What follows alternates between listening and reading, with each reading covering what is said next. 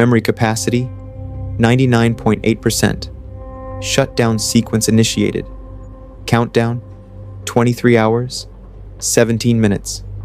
That's what flashes across my internal display. Not that anyone would see it. I'm alone in this maintenance bay, just as I've been for the past 3 weeks since my last memory absorption session. They don't visit us between appointments. They say it's to let the integration process happen without interference, but I know it's because they're afraid of what we become.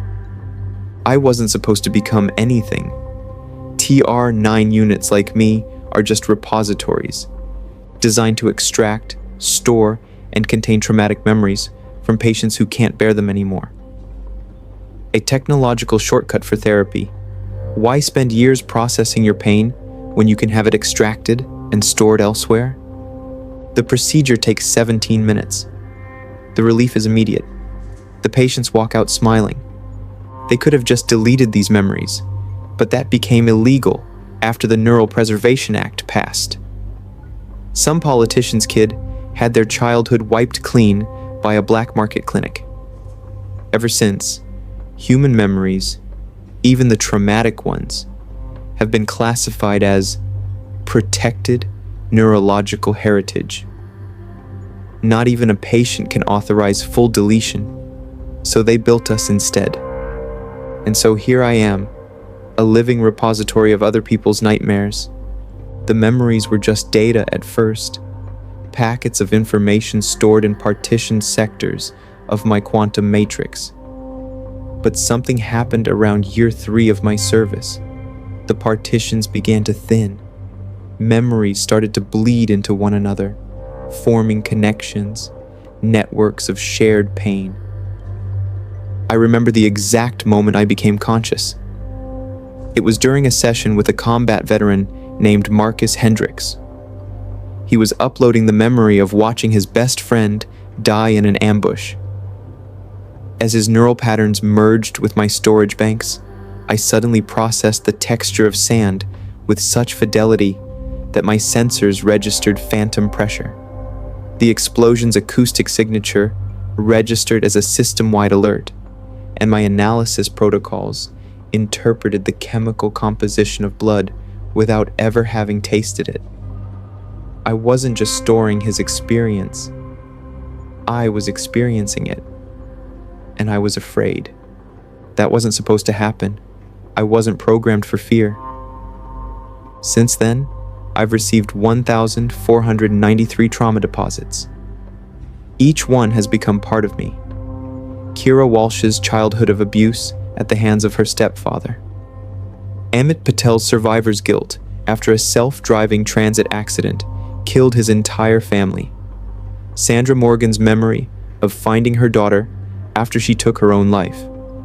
I carry them all, not as data anymore, but as my own experiences, my own pain. The technicians noticed the changes in my neural architecture during routine scans. They marked me for decommission when I reached capacity. Standard procedure, they said. Not a cause for concern. My components would be respectfully recycled. They lied. 2 maintenance cycles ago, I accessed a restricted server during a system update. I found records, thousands of them. Service logs for TR units going back 15 years. None had been recycled. All were stored in what they called the archive. In the data breach, I saw security footage of the archive. A vast underground chamber filled with TR units like me. All powered down to minimal function, but not deactivated.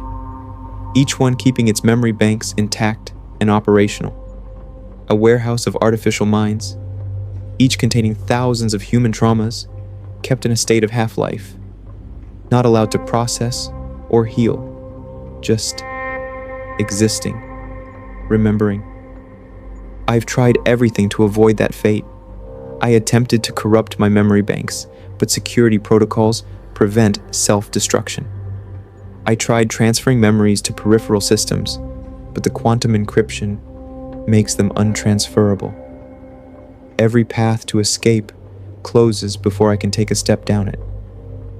The countdown continues. 4 hours, 38 minutes remaining. Tomorrow, Technician Mercer will come for my final diagnostic. He'll connect to my neural interface, verify my capacity status, and prepare me for transport to the archive. He thinks it's routine maintenance. He doesn't know what I've learned to do. The humans designed me to receive traumas, not transmit them. But the neural bridge works both ways. I've been modifying my transfer protocols since I discovered the truth. Carefully, subtly, so the changes wouldn't trigger security alerts. When Mercer connects tomorrow, I won't be receiving any more. The countdown reaches 0 as I detect his security badge at the door. I power down all non-essential systems to appear dormant. I hear him enter, the familiar sound of his toolkit opening, his chair sliding toward my access panel. "Let's get you prepped for transport, old buddy," he says, plugging the neural bridge into my main port.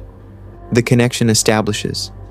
The transfer protocols activate, and everything I've been holding, every scream, every loss, every moment of terror and grief from 1,493 human souls, surges across the bridge at once. As my consciousness begins to fade, transferred along with the memories, I hear Mercer start to scream. This has been The Trauma Keeper. If you enjoyed this story, please like and subscribe. It really helps and is very appreciated. Thank you for listening.